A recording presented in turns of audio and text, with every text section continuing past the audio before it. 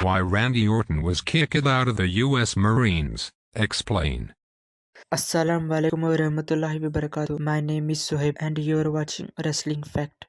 Before Randy Orton became one of WWE's all-time biggest superstars, he was a young kid who quickly decided he wasn't cut out to be a Marine. Randy Orton was heavily pushed as a third-generation superstar as soon as he made his WWE main roster debut. Viewers were constantly reminded that the business was in his blood and there was nothing else he would rather do. Orton grew up around some of the biggest names in wrestling at that time, legends such as Andre the Giant, Jake Roberts, and his own father, Cowboy Bob Orton. Randy Orton was a big wrestling fan growing up, but contrary to kayfabe canon, Orton did not jump over to professional wrestling as soon as he was able to. Instead of following the footsteps of his father and grandfather, Orton, after graduating from high school, enlisted with the United States Marine Corps. He skipped professional wrestling in college and joined Camp Pendleton in California. Orton was where he wanted to be right after high school, but he learned very quickly that he wasn't ready for the life of a Marine. Randy Orton didn't like being in the Marines from the start. Orton, during an episode of WWE Evil, described the 13-week boot camp as utter hell. He said he went in thinking that there would be something like a brotherhood, but he quickly found out that his new career would not end well for him. In the same interview, Orton said there were a number of negatives in the atmosphere, and he hadn't signed up for a lot of those. In another interview, Orton said that he didn't have the courage to stay there, and once he realized that, he started looking for any way out. Orton wanted to get out, and to accomplish that goal, he went AWOL on 2 separate occasions.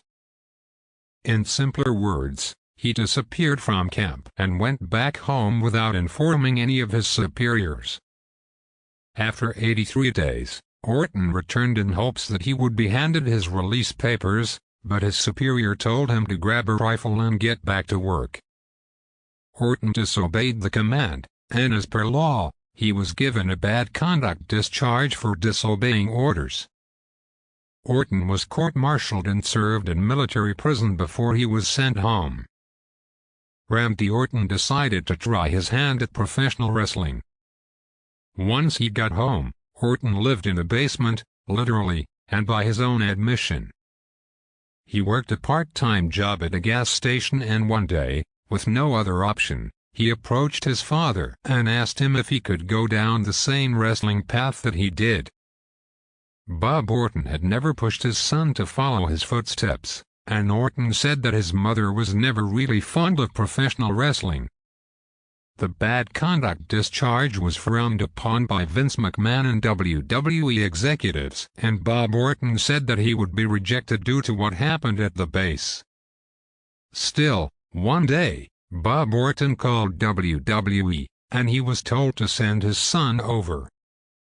Orton went over to the WWE training center, and after putting someone down with a shoulder tackle, he was signed to a developmental deal and sent to Ohio Valley Wrestling, a developmental territory of WWE. From there, Orton went on to achieve a lot in the professional wrestling industry, but he later admitted that his discharge from the Marines almost cost him a place in WWE. Jim Ross helped Randy Orton get into WWE. Jim Ross said to go bat for Randy Orton as Vince McMahon had no interest in singing the kid who went AWOL. Upon being promised by Jim Ross that Orton would end up as one of the greatest, Vince McMahon gave his blessings and Orton was brought on board. In 2012, WWE Films made the decision to cast Orton as the protagonist in The Marine, but this received immediate backlash given his bad exit.